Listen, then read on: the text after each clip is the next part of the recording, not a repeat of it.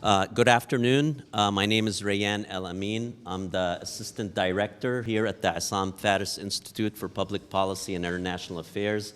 I want to welcome you to our lecture today that is titled China's Foreign Relations, Theories and Approaches. I have the privilege to introduce to you today Professor Yang Jiemian, and I apologize about any mispronunciations. As you'll see, and we had a brief introduction to the delegation that he is a part of today, and we know a little bit about him. I'll introduce him a little bit, and I'll just move it over to the presentation and to Q&A afterwards. Professor Yang Jiemian is the president Emeritus at the Shanghai Institutes of International Studies and the chairman of the Council of Academic Affairs. He's also counselor of the Shanghai Municipal Government and is on many boards. I'm just going to list a few of the boards, if you don't mind. The National Association for International Studies, the Chinese People Institute of Foreign Affairs, the National Association of China-U.S. Friendship, and many other organizations and academic institutions. He is also a visiting professor at several universities, at the PLA National Defense University, Shanghai International Studies University, Tongji University, and East China Normal University. Professor Yang has an MA from the Fletcher School of Law and Diplomacy in Tufts University in the United States, and a PhD from the Shanghai International Studies University. So with that, I'm just going to hand it over. Hopefully, I'm not sure, I think we're going to have about half an hour for the presentation, a little more, and then we'll open it up for Q&A, comments, questions, and with that, please help me welcome Professor Yang.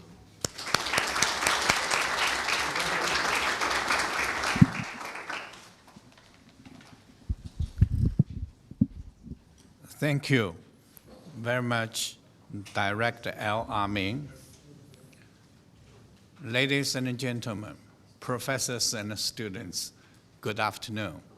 First of all, I would like to express my sincere thanks to you to come here. You have a lot of choices, but you choose to be here.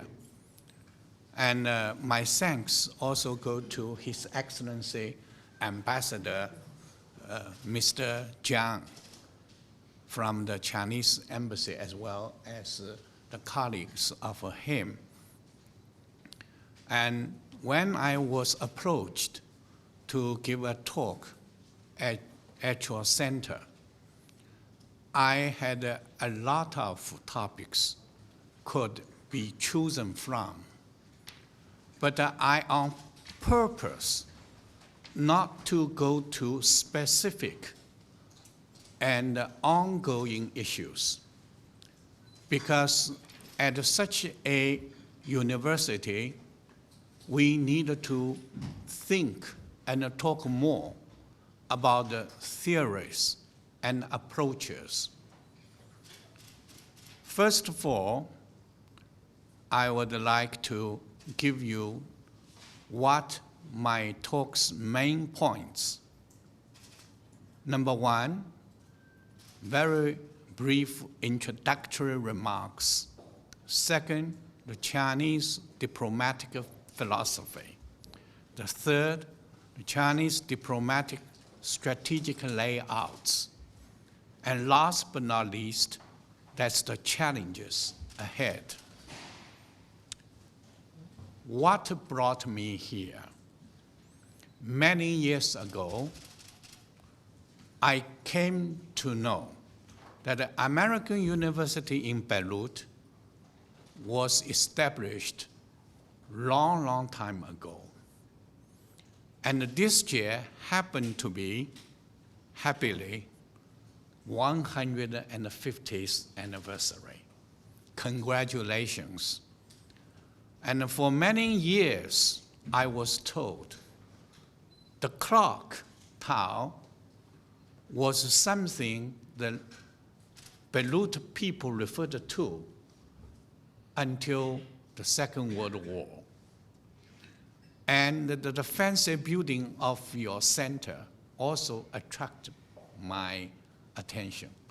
But more importantly, our ambassador. He is my good friend many, many years ago.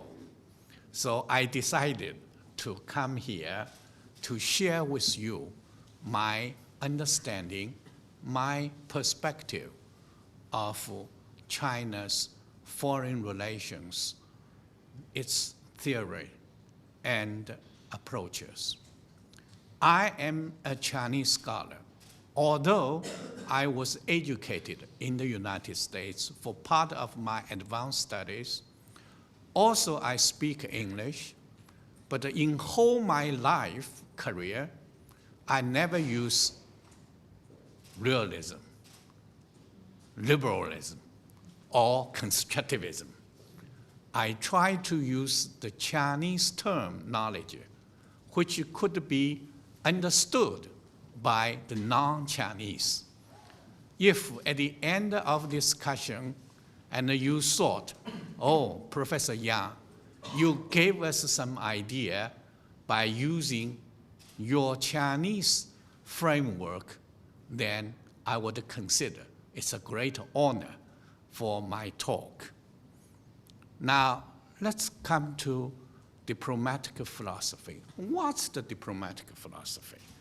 Henry Kissinger said, there's a big difference between the ways of philosophical thinking between the Chinese and Americans. The Americans always think that they can fix it. And Chinese emphasize it's a long, evolving process which will result in some expected or unexpected results. And I would call it, the gentleman here, I don't know whether you know him or not, he is no other than Mr. Confucius. And Mr. Confucius advocated strongly holistic and historical thinking. The Chinese looks at the world as a whole and reacts accordingly. Today, the Chinese president, Mr. Xi Jinping, appealed for building up 3 communities: community of common interests, community of common responsibilities, and a community of shared future. Then what are the contents of the shared future? And he aims at 5 in 1. That's equal partnership, mutual security, sharing development, confluent civilization, and a green ecology.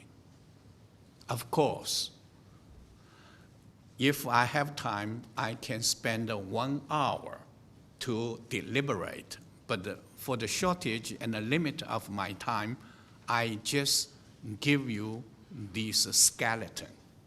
Then I strongly advise you to go into details. And then, what is Chinese worldviews? I like the picture.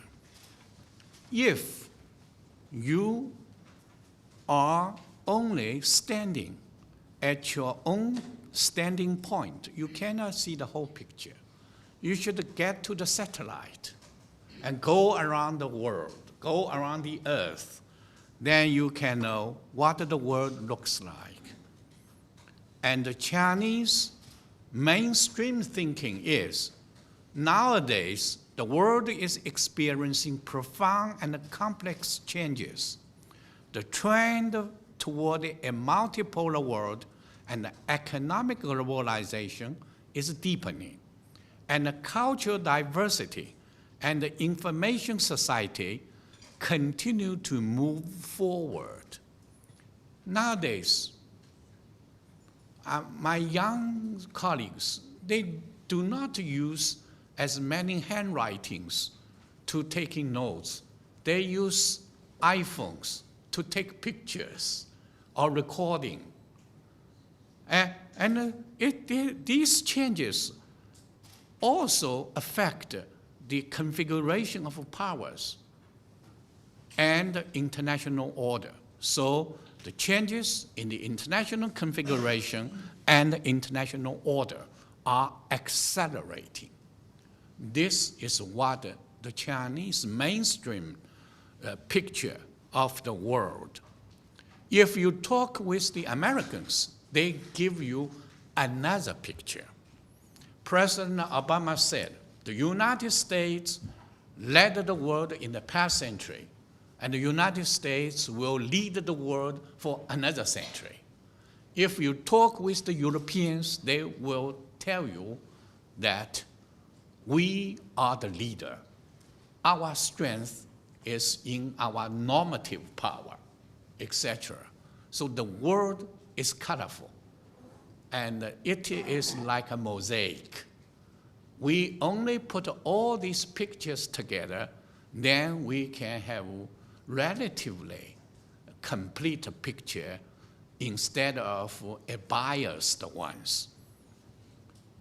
And then the Chinese puts a lot of emphasis on dialectic ideas. The logo is Lao Tzu. He was even older than Confucius. His idea is that the world consists of two parts, yin and yang.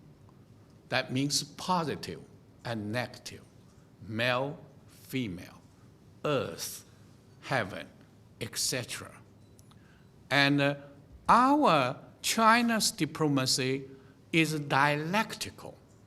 This dialectical one is a pool of ideas of Lao Tzu's yin and yang, Hegelian dialectics, and Marx Engels' dialectical materialism.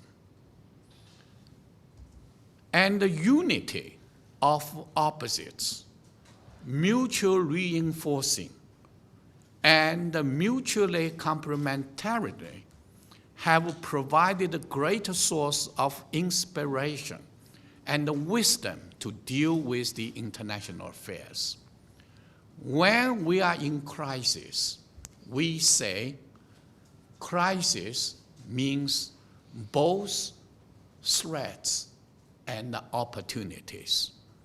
Through dialectical way, you can turn crisis into opportunities. And if you are foolish enough, you also can turn opportunities into challenges and a crisis. While holding positive and optimistic views, China stresses bottom line thinking. The Chinese diplomacy emphasizes very much what is the world situation, what is the bottom line, what are the exit strategies. When President George W. Bush, the son, he tried to go through the Second Iraq War, some advice told him, you should learn from your father, who quitted while the Americans still ahead. President Bush said, I have two fathers. One is a biological father, that's President Bush 41. Another father is the God, that's the mandate. So he only knew how to move in. He never thought of how to move out. And then it is the job for President Obama to move out and quit. And in China's diplomatic philosophy, peace as both ends and means. In reading Western classicals, we have the schools of thoughts like Admiral Mahan's maritime rights. Who control the sea lanes? Who control the world? Or Sparkles, who control the heartland of Eurasia? Who controls the world? Or Dr. Henry Kissinger, who controls the oil? Who controls the world? You can see very little the similar thinkings. So the Chinese traditional thinking is inward looking, peace and defensive. The famous Great War is a war to protect ourselves. And when 600 years ago, China boasted the strongest and the largest fleet under Admiral Zheng He, the red line showed his fleet 7 expeditions. But at that time, 100 years earlier than the Western explorers and before the Portuguese, Spanish, and later the British, the French, we did not set up the colonies. But we use this as a part of the Silk Road for exchanges of goodwill and goods. So in China's long history, it has been mainly an inward-looking and a defensive country. And the present China also understand we could only rise through peaceful means. And China's society is also a learning society. Confucius said, if 3 people walking together, there must be one who is my teacher. But in some other country, they will have this thinking, if 3 people walking together, I will be the leader. So China tries to be modest, eager, and thirsty for learning. This kind of things is a built-in nature of the Chinese educated people. For instance, the Chinese President Xi Jinping and the Premier Li Keqiang tried hard to draw wisdom from the contemporary intellectual leaders on strategies, economic reform, and theoretical thinking. For instance, like Dr. Henry Kissinger, Mr. Lee Kuan Yew of Singapore, and just passed away, another just passed away is the former Chancellor of Germany, Mr. Helmut Schmidt.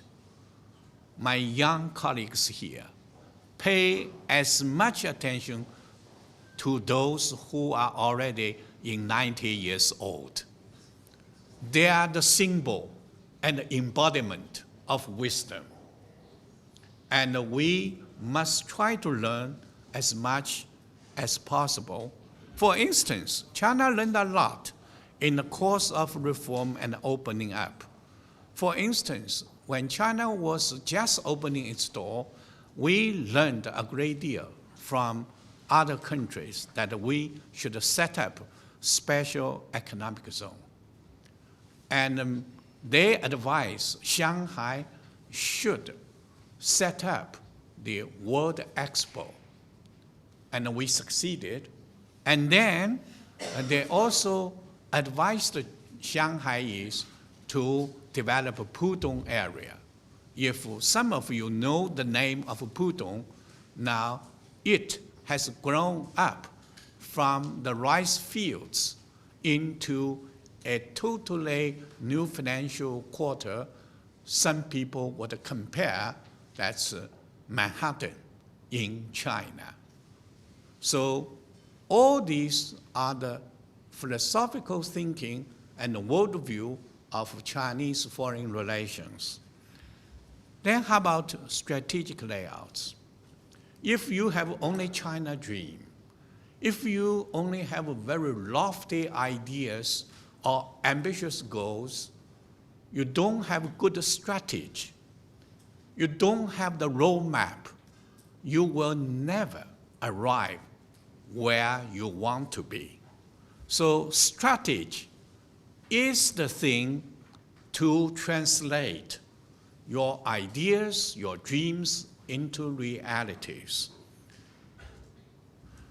China's diplomacy stresses on long-term and overall thinking. Strategy plays the role of finding the ways to turn the general ideas and aims into reality, and China's diplomatic strategy consists of, among other things, aims, institutions, and the means. We do not have allies, but we have a strategic partnership. In November 1993, the Chinese President Jiang Zemin visited Brazil, and the two heads of state decided to set up strategic partnership between China and Brazil. That was the first one for the Chinese People's Republic. And now we have got more than 70 partnerships with foreign countries, cover all the spectrum, like UK, Russia, and a very small country you even don't heard the name. It's called Brunei. Brunei has only a population of 200,000. China has a population of 1.3 billion. Then why strategic partnership? Because Brunei is one of the 4 claimants for the South China Sea, and Brunei is more proactive and constructive for the peaceful solution to it. So to us, it's very important. Non-allies, but the partners are China's ways for cooperation. And again, President Xi Jinping in September 2013 spoke at the Nazarbayev University calling for setting up the new Silk Road called the Belt. 1 month later, he again went to Indonesia. He was talking about maritime Silk Road. So now we have the saying Belt and Road Initiative. And the map indicates the belt on the land and the road on the sea. And the other colors actually represents the members of Asian Infrastructure Investment Bank. You can see they are matching together. About 1 year ago, I went to visit Kazakhstan, and in Astana, the capital. The host asked me, what places do you want to go to visit? I said, I want to go to Nazarbayev University. I want to see with my own eyes how the auditorium looks like. To my great disappointment, the auditorium is very small, only think twice as large as this. So sometimes you go there, you can see, but it's historical because that's the initiating place of the Belt and the Road Initiative. The joint consulting, building, and sharing of Belt and Road Initiative is for policy coordination, infrastructure connectivity, trade promotion, financial cooperation, and people-to-people exchanges. Of course, I have to leave all these specific issues for the Q&A period. And I like these pictures very much. What it's about? That's about the G20. Look at the first time.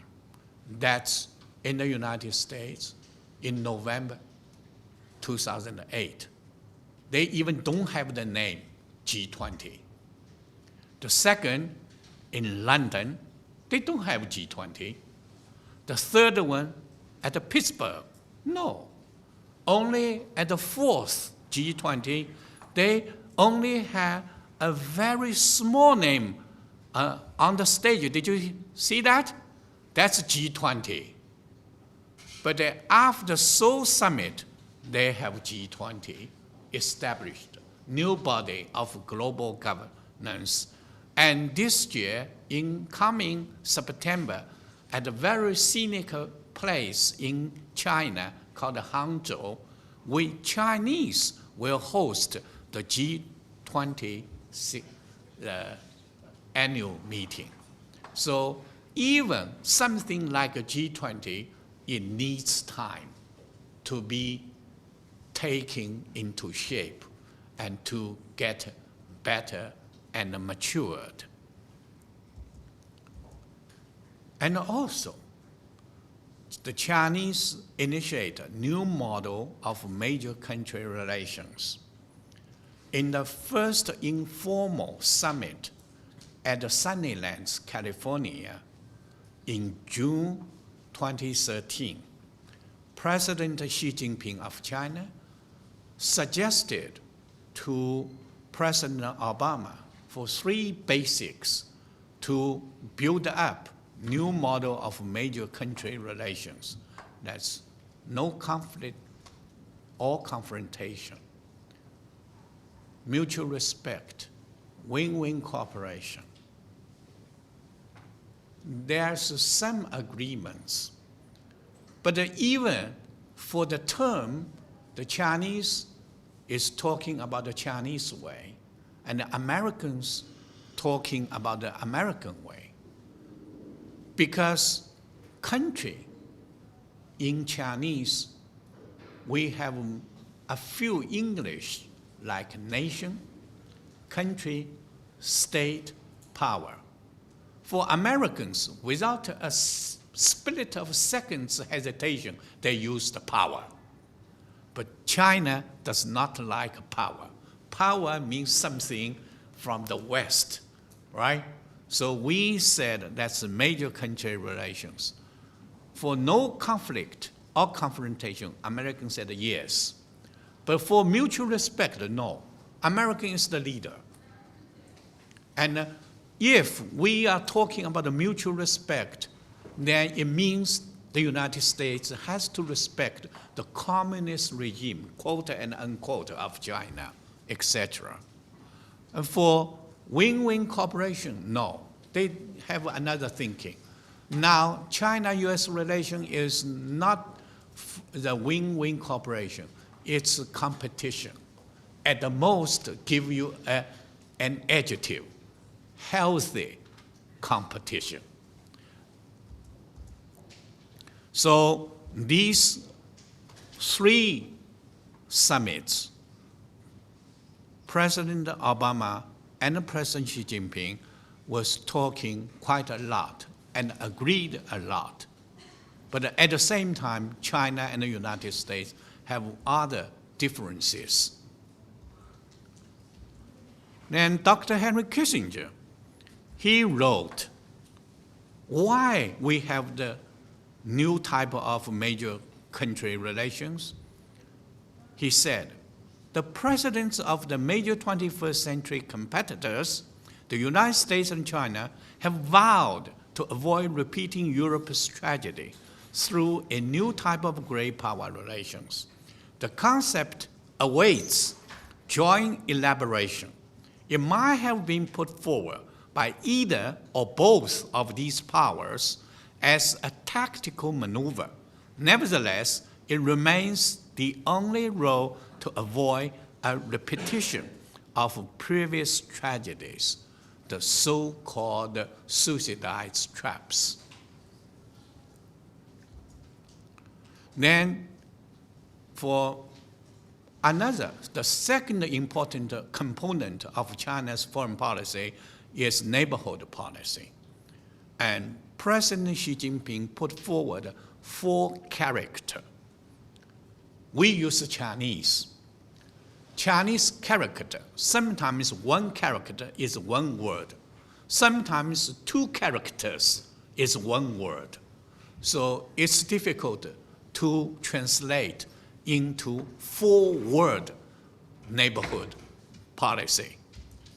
China is an important country in the Asian Pacific region and has 24 of neighboring countries.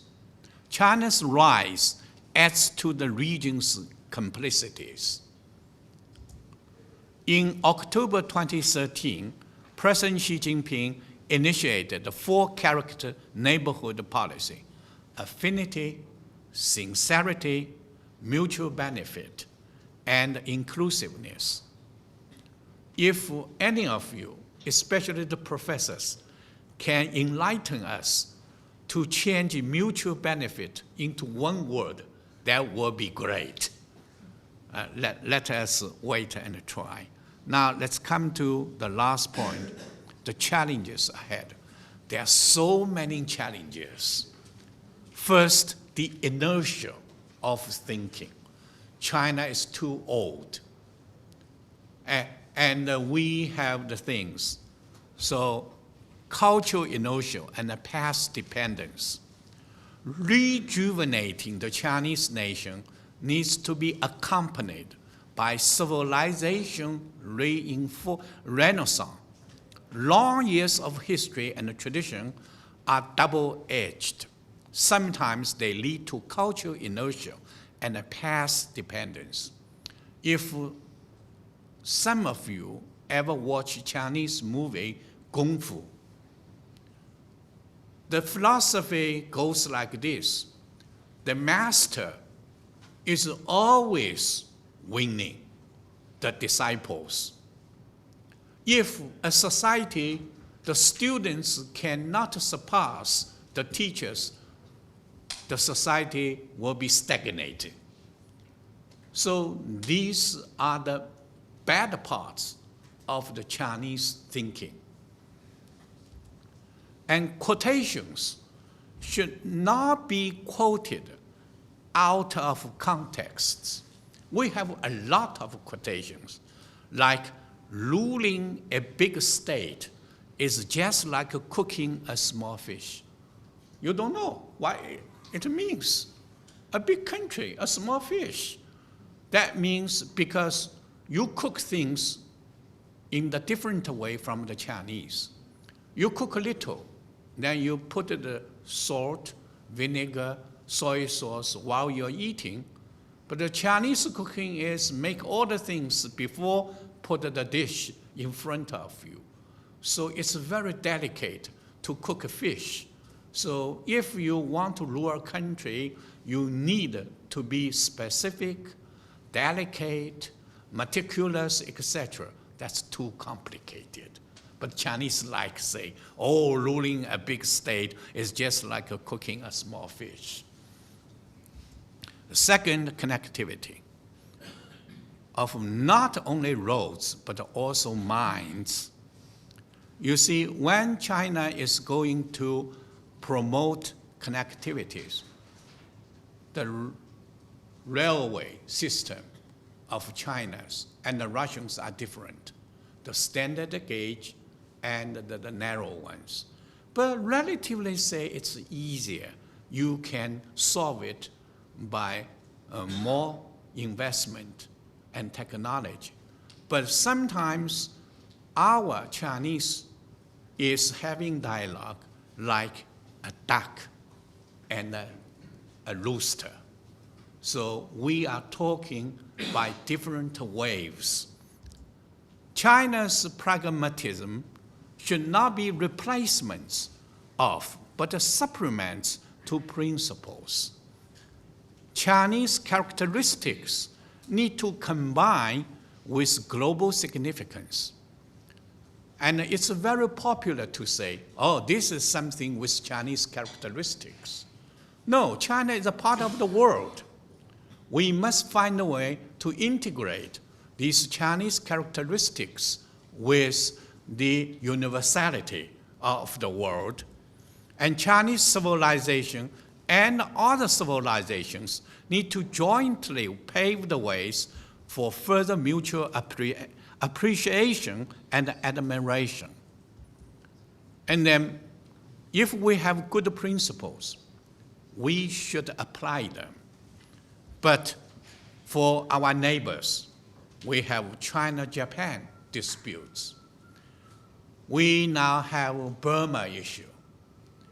And we have Comrade Kim Jong-un of North Korea. China believes in many good principles and puts forward a number of new concepts of security, international relations, and a good neighborhood, but how to apply them is still a big question.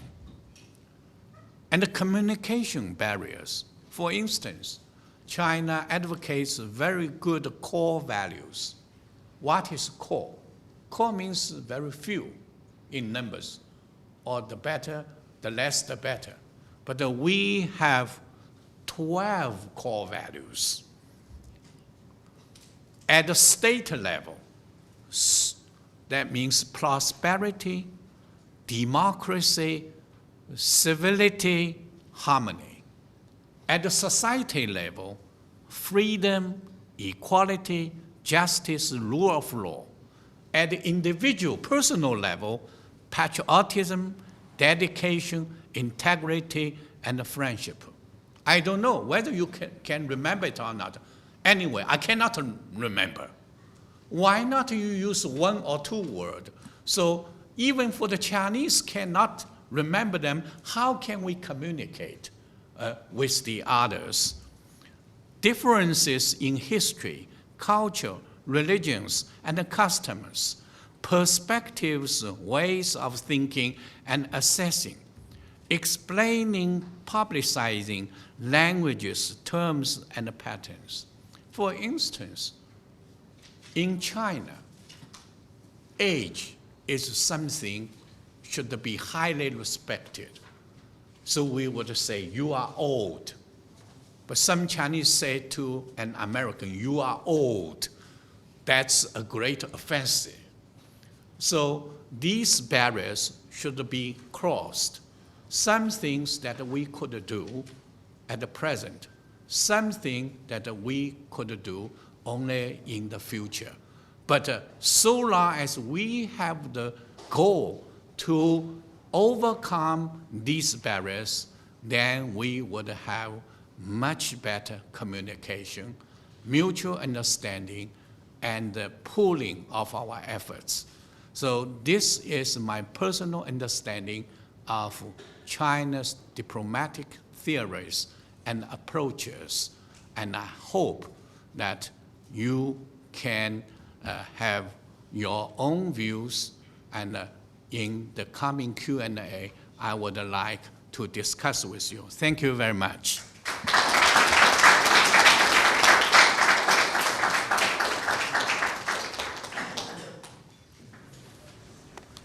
Thank you very much, Professor Yang, for this lucid and interesting talk, and really an insight on the philosophy of China's foreign policy as well as the approaches. And so this was very interesting for us. We don't have this opportunity sometimes to get an Eastern point of view or Eastern philosophy to foreign policy, because a lot of our foreign policy in this region is influenced by the West for the most part.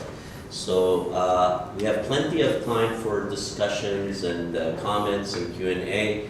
I'm sure people are going to think about the process, the theories and approaches that you had presented, but they might also ask you to kind of respond to actual things that are happening on the ground as far as the situation in the region. So I hope that's okay. So with that, I will open up the floor. Please, as much as possible, keep to questions or short comments. We have lots of people in here today, which is great, shows lots of interest. So I'll open up the floor, and we'll take 3 maybe comments and questions at a time, and then go back to Professor Young. Go ahead. Thank you for this insight and this introductory session about Chinese history. And I just wanted to ask you, what is your point of view concerning the Lebanese history and politics from your Chinese foreign policy? Is it possible to give us an insight about that? Okay, gentleman behind her.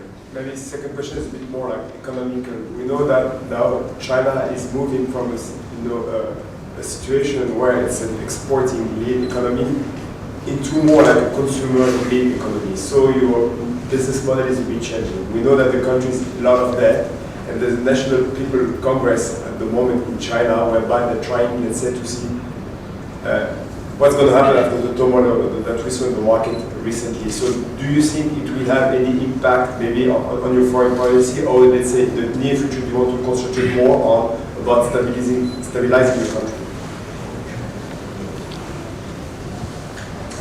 And I'd like to remind people to introduce themselves before they make the comment. Hi, I'm Issam from IFI. My question is about China's investment in Africa. So over your presentation, you went over the similarities or the use of culture in your foreign policy. Is China's investment in Africa due just to strategic reasons, or is it because you find some common grounds on, for example, African culture, African policies? And the same goes for Latin America. Can you touch on that? And go back to Thank you for the 3 questions. They are all good questions and difficult questions as well. Let's talk about how Chinese perspective and approaches to Lebanese history. First, respect. Because in this world, there are not very many countries which the history of which could be traced back, especially the civilization, to 7,000 years and beyond. We have 5,000 years. You have 7,000 years.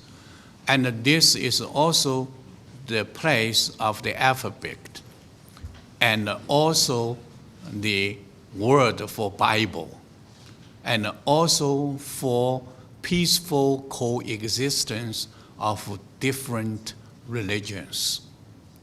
And what is more, this is a country which won your independence in 1943, because at that time, if you look at the map of that time, most of them are the colonies of the French, the British, Italian, and the Belgian, etc. So we respect and admire you. Second, we understand your special conditions. You have the neighbor in the north and the neighbor in the south. We can understand, because for a long time, we had the neighbor in the north, the Russia, and the neighbor in the south, the Vietnamese. So, but you are lucky. You only have very few neighbors. China has got more than 24 neighbors. And also, in proportion, a small country like you, only about 10,000 square kilometers, 4 million or 5 million, plus some refugees, displaced people. I came from Shanghai. The municipal of Shanghai has a population of 25 million. So any number like 5 million is negligible. But this small number of people created brilliant culture and excelled in finance, culture, and established American University in Beirut 150 years ago. This really not easy. Thirdly, we sympathize with you because you are small and you are in the whirlpool of the sectarian, religions, culture, geopolitics, regional power, global power. And we also sympathize that a country don't have a president for 2 years, and because of the difficult to sort out all these interests and problems.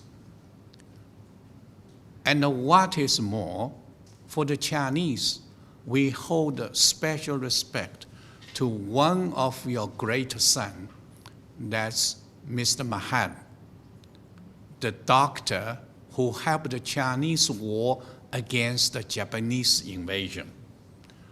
His Chinese name is Ma Haide. It's a household word. So no matter how small your country is, your population is, you have your own greatness, and we respect. But frankly speaking, I belong to very few Chinese who know something about Lebanon. Many Chinese knew Lebanon through American movies. That's the Civil War, the kidnapping, the bombing, and from the BBC or CNN about these things. So the seeing is not believing. This is why I decided to come here. This is my first visit. 2 days of my visit only is a start. But my colleagues visited here before. They are experts on Middle East studies. And the last question is China's investment in Africa. There are a lot of commonalities and similarities between China and Africa. While Africa was under the oppression, aggression, colonization of the Europeans, China was under attacks from them too. For Chinese, it's very easy to talk with an African friend about the colonialist, imperialist days. It's difficult for a British to talk with the African on this kind of subject. They just avoid that. And when the colonists came to Africa, the saying goes like this: the colonists had the Bible, and the Africans had the lands. In the end, the Africans had the Bible, and the colonists had the land. Second, the African countries got their independence starting from the 1950s. But 1960, this year alone, sees 17 African countries got independent. And for the whole 1960s, we see almost complete of independence except the Southern Africa areas. And the Chinese, late Chairman Mao Zedong said, it's African friends who carried us into the United Nations, because United States, we need votes.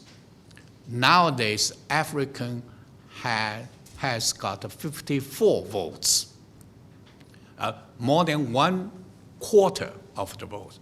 Thirdly, Africa is endowed with rich resources and a virgin place for industrialization, ITs, infrastructures, etc. And many of them are the strength of the Chinese. We can do that, right?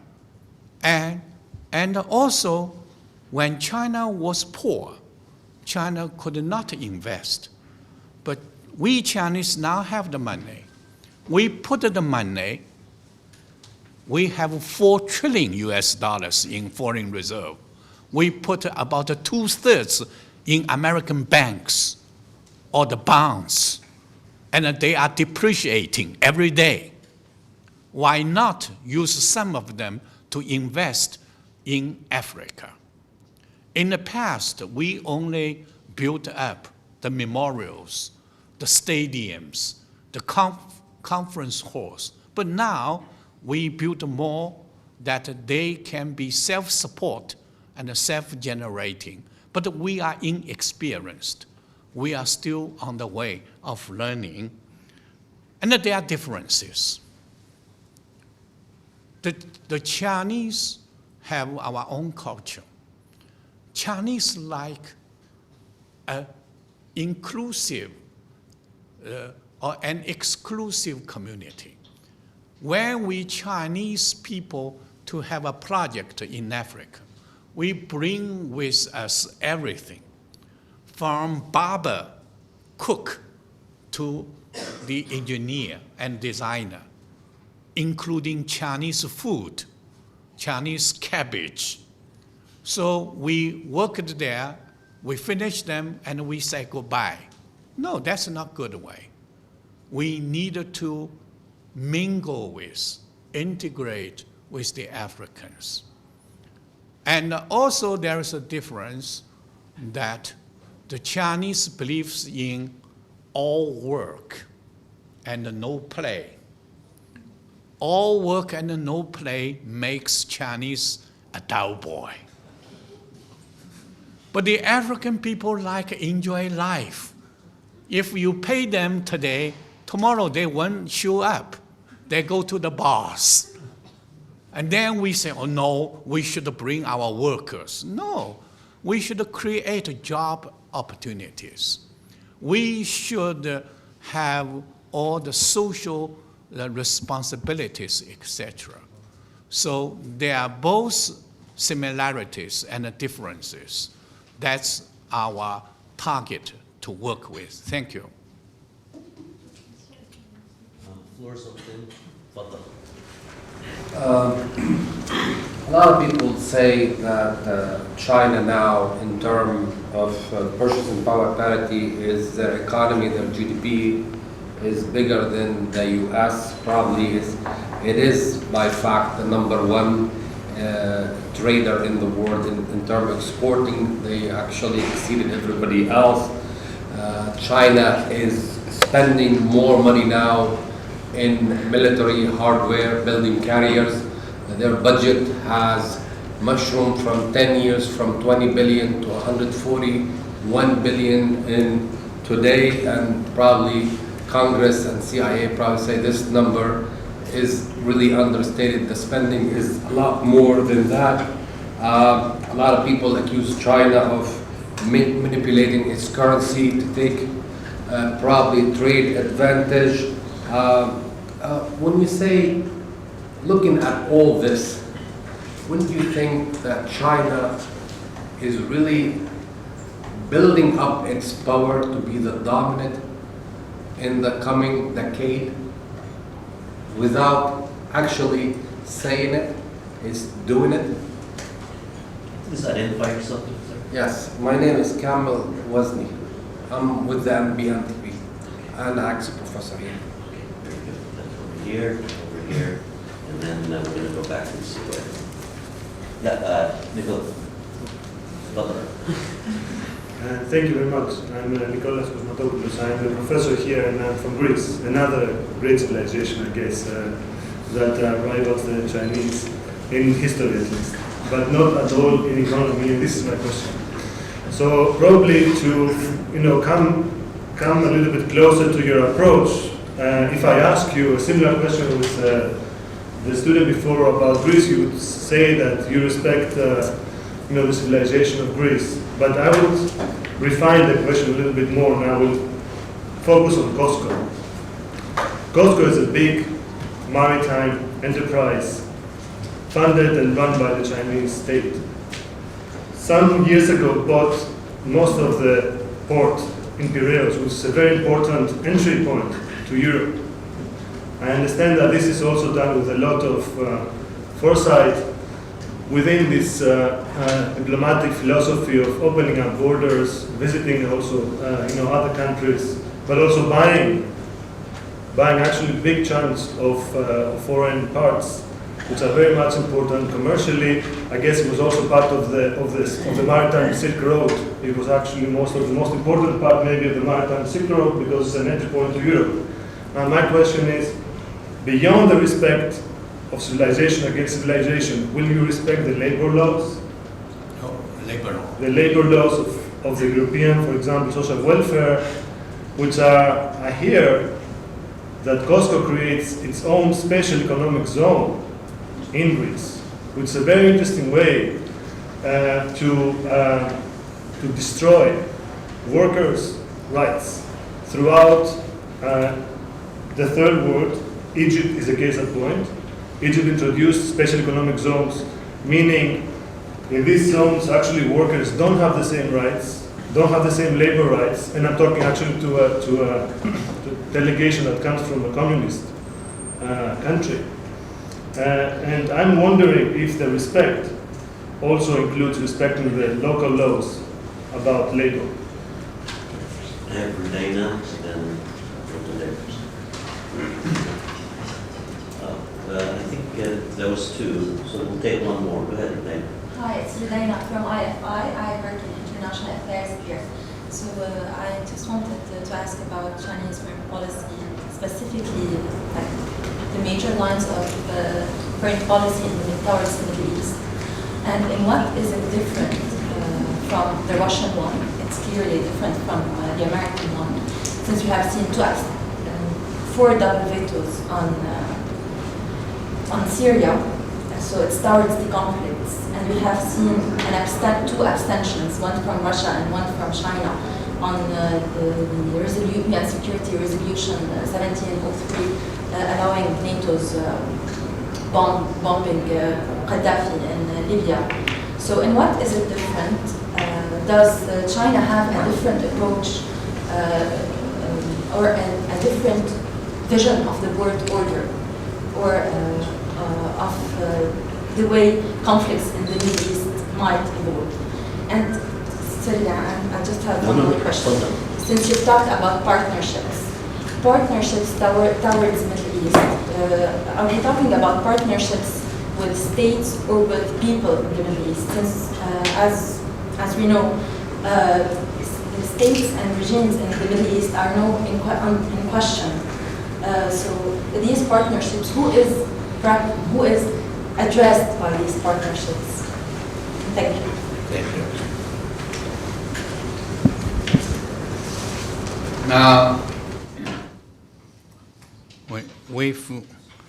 come to the China's purchase power, yes, this is reported by the IMF. And they say, according to the PPP, China's GDP is already greater than that of the United States. My advice is you do not take it so seriously. You can acknowledge there is the saying, if you go to China, you can hardly find houses in the cities. We only have apartments. China has two basics. One is poor basis, we call it backwards. The other is big population. Any huge assets divided by 1.3 billion people, it becomes very little. Any, no matter how trivial the problem, multiply by 1.3 billion people, it will become very huge. There is a long way that China could be in the forefront. And our estimation is hundreds of years. So this is not something we do not say it, but we try to have it. This is something very different with China. China's aim is not to achieve the number one of the world. This is different. When in private discussion, our American friends said to us, your GDP will surpass our US in near future. But any US political leaders dare not say this in public because they will be kicked out by votes. So different countries, different people have different intentions to talk about China's PPP. And China's military spending started from very low point. And thanks to 30 years of opening up and reform, China has accumulated a fairly good basis for spending more on defense. One British professor asked me, Professor Yang, why do you Chinese want to have aircraft carrier? I asked him, Professor, can you tell me when you British had your first aircraft carrier? You know that? They forgot almost 100 years ago. So 100 years later, the British still feels uncomfortable that China is going to have an aircraft carrier, let alone the United States. The United States military spending is equal to the number 2 all the way to number 10 combined, greater. So China's reasonable and these affordable military expenses are necessary. We have the large territories to defend. We have the extremes, extremists, terrorists, and the radical factions, they all need money. A Chinese major general's salary is less than an American platoon leader.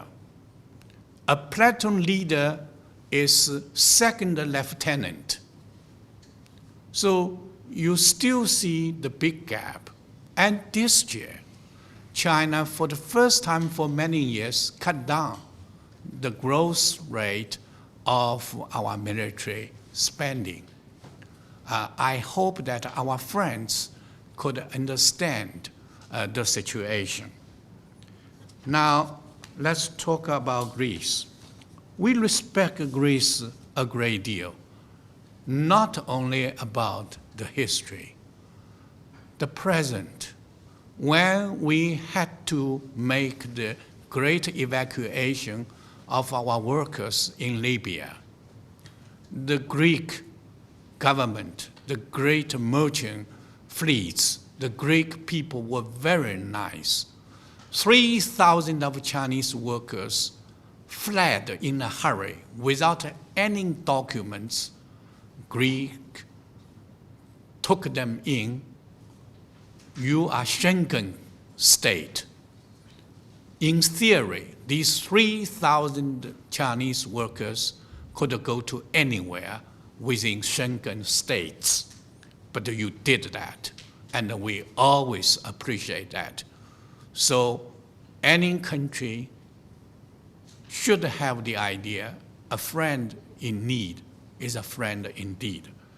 Of course, China respects the laws of any host countries. And I hope that what you are saying, first of all, I cannot check now. Second, I advise you that to look through all the deals, contracts that Costco made with you, etc. And I hope that Chinese respect the host laws, respect the international laws, and respect all the good doings, including Greek ways of life. If the Greek people are more relaxed with their coffee, what's the bad of it? The Chinese, some Chinese believe in working 7 days a week. Sometimes it's good, sometimes it's not good, right? But let's respect each other. And the labor law is very important. But the labor cost is really a factor because that's market economy. When the American multinationals, European multinationals came to China 30 years ago, they asked us, do you have trade union? We don't like it, because our American or European trade unions were too strong. But now it's turn for the Chinese. And we should not follow the bad example of these multinationals. And the third question is about what's the two questions. The partnership, it's easier. The partnership with both the governments and the people. I understand sometimes you don't like the governments, but if you give me the visa, your government doesn't give me, how can I get into here? That's the realistic question. We only respect whatever the government. Then we should pay more attention to the wishes, the desires of the people, and through non-governmental, non-state actors, people to people, and like this, etc., sometimes we have to make a compromise, right? If the Democrats this time defeated the Republicans in the United States, the Republicans had to respect Madame Hillary Clinton.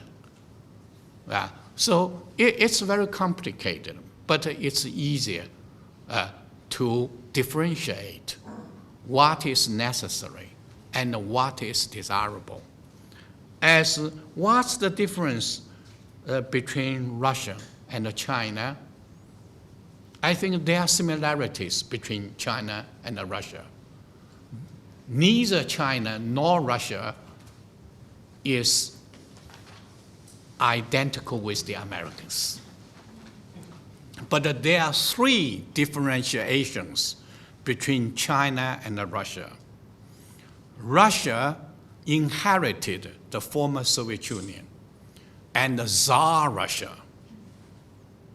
Their involvement and intervention could be traced back to these old times with wars, bloods, and occupation. China didn't. So we are different in terms of legacy. Second, we are different in the interests. More or less, China is interest-free, more or less. The Russians have their military bases, and they have a lot of interests. So to compare these two countries, China is more, I think, detached and more neutral. Third, it's ways of conducting diplomacy. The Russians are more hard. They bam, bam, bam, push. China is softer. And we seek for agreement through discussions. And the Chinese don't impose our wills on any Middle Eastern countries. But this is so far so good. With the rise of China, with the rise of China's major country responsibilities, and with more China's involvement, and I would say, to err is humane. So we will make mistakes too. Please make allowance for that as well. Thank you. I have a question there, and then over here, and then over there. In the presentation, you mentioned that China was always a defensive country. Can you please tell us what were the main threats in Chinese history for China? Okay. Habib Badawi, PhD from the Lebanese University. Is China planning to revive the Silk Road academically to present the Chinese studies in the Middle East, for example? I beg your pardon? Okay. Is China planning to revive the Silk Road academically to introduce the Chinese studies in the universities of Lebanon, for example? Yes. My name is Alex Harper. I'm an Australian student at AUB. There are a number of very destructive conflicts currently ongoing in the region. I wondered what you saw China's role in potentially helping some of these countries recover economically or reconstruct following the conflicts, if there is a role. What would it be? There's recovery in the Middle East. What's their role in reconstruction after some of these crises? Okay, young woman over there, yes. I'm Leila. You spoke about partnerships and rather than allies, and my question is, to what extent do geostrategic and economic partnerships go in parallel, and how does China deal with the states with which it has compatible economic interests but conflicting geostrategic interests? We'll take those four right now. In the long history of China's outside threats, mainly they were from the north. If anyone speaks Russian here, in Russian language, China is called Kitai. And China thought Kitai was the threat from the north. You know, Kitai was the nation often made inroads into China. So for thousands of years, mainly from the north. That's why we have the Great War. Only in the recent 200 years, we had the threats from the sea, the British and others. Then we had the Opium War. China was forced to open up.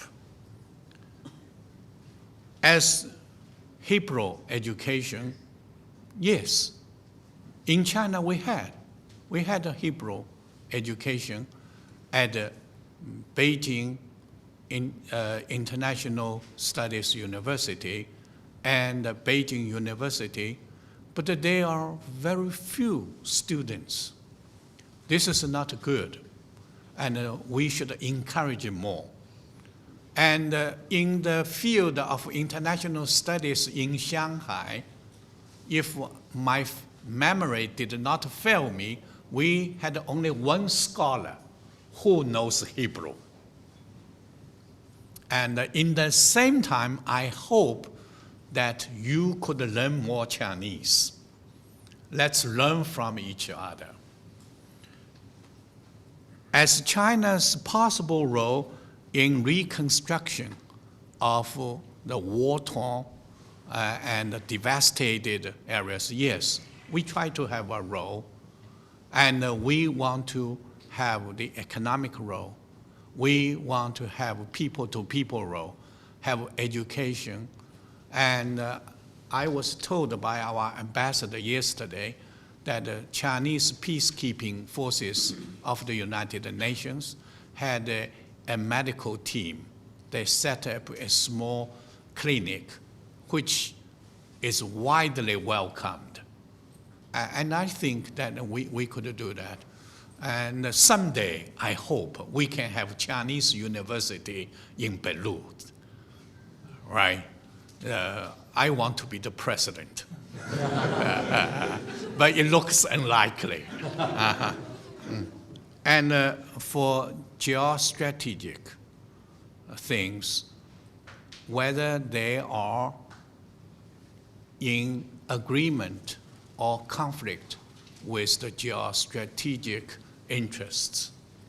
Yes, who are the strategic partners of China's? I said about 75. They're all major countries. For Europe, we have strategic partners. For Russia, yes. For most of our neighbors, yes. For the regional powers, both Iran and Saudi Arabia.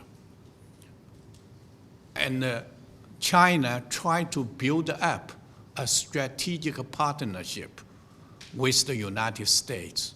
The United States turned their back on us. Mr. Bush said, not a strategic partner, but a strategic competitor. So we have to change the term, the new type, etc.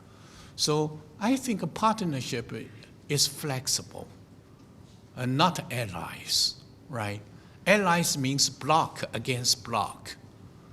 That's more dangerous involved. But partnership is not a panacea. It cannot cure all the diseases. And China should think also on other alternatives, etc. Thank you. Okay, we're gonna take a last round of hands, so we'll take more numbers this time, and we'll have the concluding remarks, and we'll start right over there. Hi, I'm Susan Pradis. I'm from the Department of Agriculture here at AU. And I have a question that has to do with opening Chinese business, but not necessarily the multinationals. I'm looking more for the expansion of the Chinese middle class. I'm looking for a smaller entrepreneurial activity. I know for a long time, China, different parts of the government and different areas in China had policies whereby to come into the Chinese market, China had to have ownership of the company to a certain extent. And so I'm wondering if you foresee that developing in any alternative models going forward. And since Alibaba has had such a great couple of weeks, I'm wondering if you could comment on that too. I'm going to go ahead and use my privilege of being moderator and just ask a short question. It's based on the presentation that you made around a very complex world order right now that's in flux, that's changing, and you had mentioned that the Chinese foreign policy looks at the whole, and that you see a more multipolar world that has economic liberalization as part of it, and that you also mentioned the G20 as a organization. I'm not sure that you see contributes to a positive multipolar world, or also contributes to kind of more economic liberalization. How do you see this complex picture developing? I mean, as far as the role of China, are you really working towards a more multipolar world? Is the G20 an avenue to doing that in a positive way? And where will the poorer nations come into this as far as a multipolar world that also is more just? Anybody else will have, even Amir will be the last question. Yes, hello, Professor. Just a quick question. This was not much more modest than Rayan's question, but just a question on Palestine and Israel. The Chinese Communist Party in China has always had a very friendly relations with the Palestinians and the Palestinian people. Has this changed in recent times? Has there become more of a rapprochement between China and Israel in terms of military cooperation, in terms of technological cooperation? Could you elaborate a bit on this, please? Okay, the last question will be Amir, and then we'll have the concluding comments. Just building up on the question of the defensive mechanism of China's international policies. So, do you see that China had enough time to be defensive, and now we see China buying lands in Africa, Latin America, spending in military, trying to, instead of calling it a partnership, having a race with the EU and with US? Can we see China now being in an offense rather than in a defense perspective?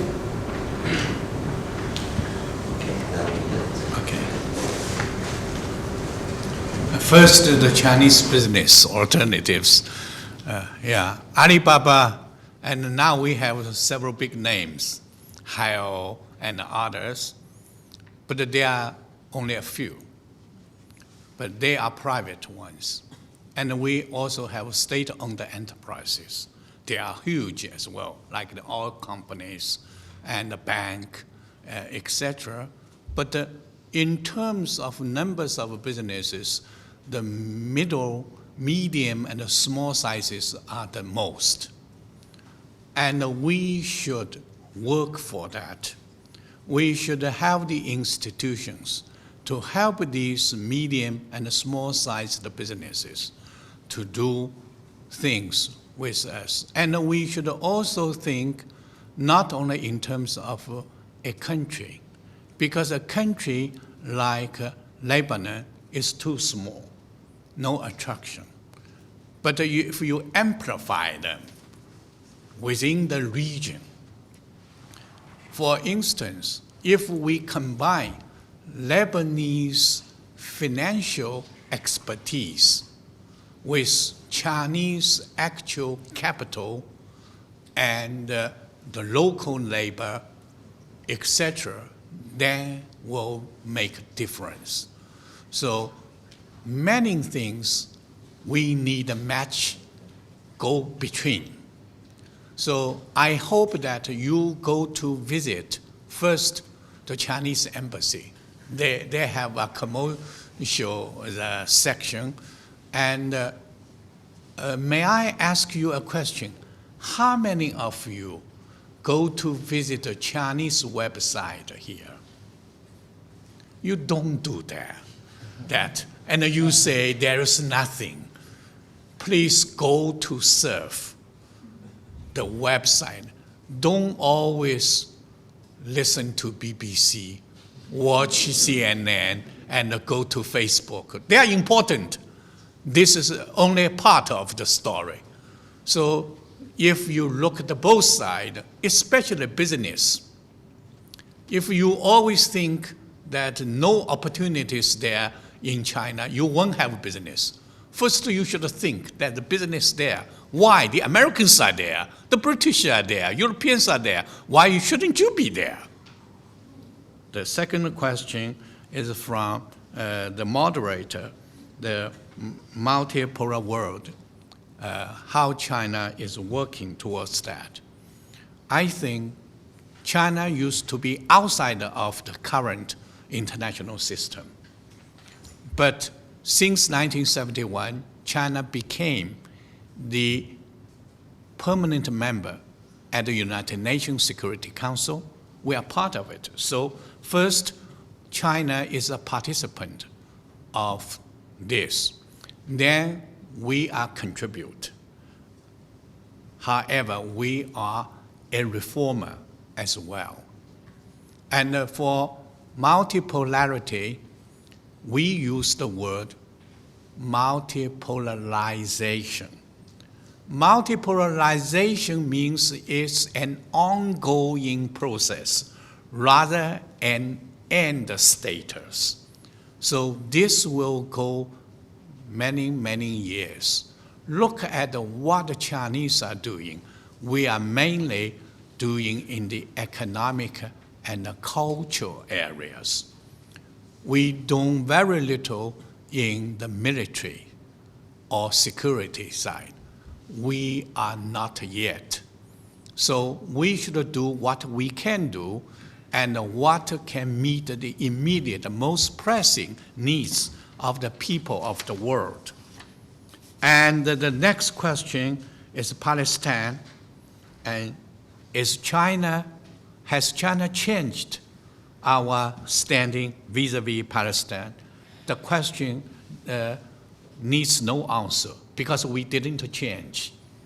We always support Palestinian people for recovering their legal rights, their lost territories, and they should be treated as an equal. However, the world is changing. So we need to change ourselves too. And for instance, China is firm on pressing Israel and others to accept land for peace, two-state solutions, etc. The Israelis' military technology to us is a piece of cake. They cannot decide. And what is more, when the Americans imposed their pressure, the Israelis just quit, withdrew. So this is not there. Then the last is whether China has turned defensive into offensive. No. China does not want to buy land. If we have the money, if you need the money, that's a good way. We did not use wars, military means to occupy lands. When we buy this piece of land, we are doing it under your law. And we are having the contracts. So don't worry about it. The more we buy, the more we build, the more you have, because we cannot bring them back to China. And it's a win-win solution. So these are my answers to the previous 14 questions. So shall I make some conclusion remarks, or you do that? No, Okay. Thank you very much. Because to visit AUB is my long cherished wish, because I'm always dreaming that we could have Chinese universities somewhere else. I often use AUB as a good example to convince the Chinese government. Say, you see, even in Beirut, they have AUB. More seriously, the more I know AUB, because to prepare this visit, I read whatever I could have through your website. I learned a lot, but I'm not satisfactory, because your website is not very good. So you need you need more to introduce your professors, introduce your courses, more importantly, introduce the research and the teaching results. So I hope that through this, no matter how IT, no matter how advanced all these good things, nothing can replace people to people, face to face. So I also hope you could come to China, to Shanghai. In Shanghai, we have Shanghai, New York University, established a couple of years ago. So the world has really become integrated each other. And I hope that peace, prosperity, and harmony could finally realized in Beirut, in Lebanon, and in the Middle East. Thank you very much.